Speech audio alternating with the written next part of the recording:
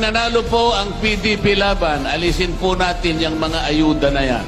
Yun pong kumukonsumo ng kuryente 2,000 isang buwan pababa. Pwede na po nating ilibre yun. 2,000 years later. Binuto naman kita, bakit ka mo, sir? Kasi nga, sabi mo, yung mga bill ng kuryente matatanggal. Ayan. Yung Talagang gagawin ko yun, hinihintay ko lang matapos yung budget hearing. Kasi hindi naman ako masyadong bibigyan ng ayuda. Pero, bakbakan yan, maniwala ka sa akin. Siyerto, sir. Oo.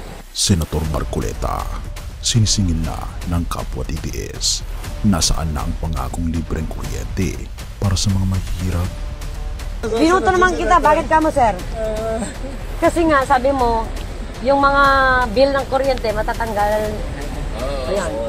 DDS mismo, sinisingil na si Senator Marcoleta.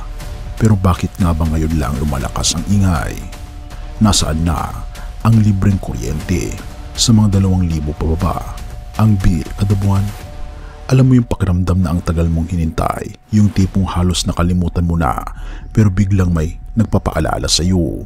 Ganito ngayon ang nangyayari sa pangakong libreng kuryente para sa mahihirap, pangakong binigyan ka ng pag-asa. Kaya naman nang umingay ulit ang pangalan ni Senator Marcoleta online, boom, muling nagising ang mga taong tahimik lang noong una.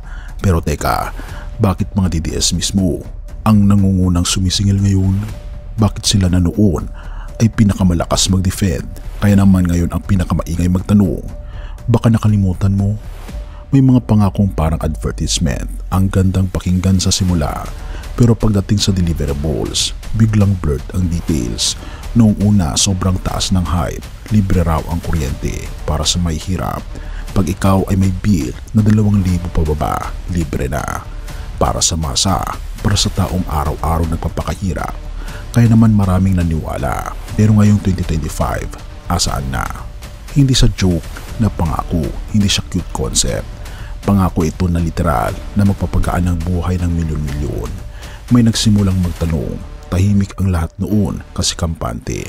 Baka sinisimulan lang yan, baka may proseso lang, baka may inaantay. Pero ngayon, DDS mismo ang naglilista ng resibo. Senator, nasaan na ang libreng kuryente? Hindi galit ang tono pero may bigat, may lungkot, may pagkadismaya, may pakiramdam na pinangakuan kami pero parang bakit tila ngayon ay wala pa rin. Kaya naman dumarami ang nagre-react online. Kaya naman naging viral ang tanong na ito. Naguguluhan ang tao kung may plano talaga, bakit walang malinaw?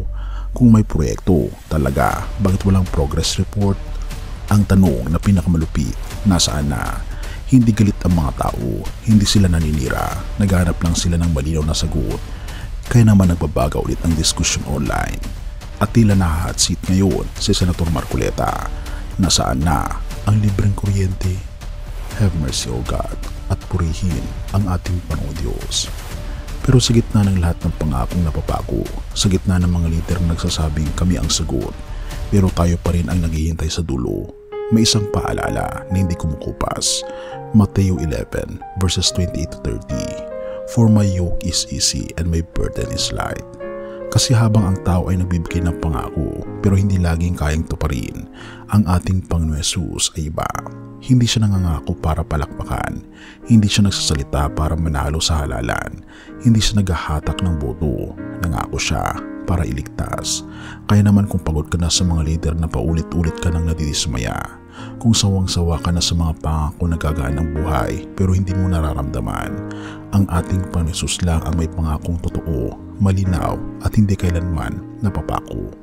At sa dulo ng lahat ng ingay, diskusyon at pag-aabang ng gobyerno, nandyan pa rin ang tinig na nagsasabing, lumapit kayo sa akin, kayong napapagal at kayo'y aking pagpapahingahin. At ito ang sinasabi ng ating Panginoon Hesus, kaibigan, lumapit tayo sa ating Panginoon Hesus. Purihin ang ating Panginoon Diyos at tayo manalangin. Ama naming Diyos na mga pangyarihan sa lahat na nasa langit, kami po ay lubos na nagpapasalamat sa iyo na bagaman lahat ng pangako ng tao ay napapako, ay kailanman ang iyong pong pangako ay hindi po napako. At naniniwala po kami na lahat ng pangako po ninyo na amin pong nabasa at napakinggan sa banal na kasulatan ay tiyak, sapagkat ito po ay inyong mga salita. Tulungan niyo po kaming panghawakan ng mga pangakong ito na hindi niyo po kami papabayaan at ililigtas niyo po kami hanggang sa katapusan ng mundo at kami po, Panginoon, ay makakapiling kayo sa langit na bayan. At ngayon din po, Panginoon, na hindi niyo po kami iiwanan sa aming mga tabi sapagkat aalagaan niyo po kami. Salamat po, Panginoon Diyos, sa iyong pag-ibig sa amin at sa patuloy na pag-aalaga po sa amin at sa patuloy na pagbibigay sa amin ng kalunasan sa lahat ng aming mga problema. Pinupuri po namin kayo at pinapasalamatan, o aming Panginoon Diyos, at patuloy po ninyong alagaan si Senator Marcoleta, ang aming mga liderato, gayon din po, Panginoon, ang mga mamayang Pilipino at lahat ng tao sa mundo. Salamat po, Panginoon Diyos, sa pagdinig ng aming mga panalangin at patawarin po kami sa lahat ng aming mga pagkukulang at pagkakasala, sapagkat ito po ang aming samot hiling sa matamis na pangalan ng aming Panginoon Jesus. Amen.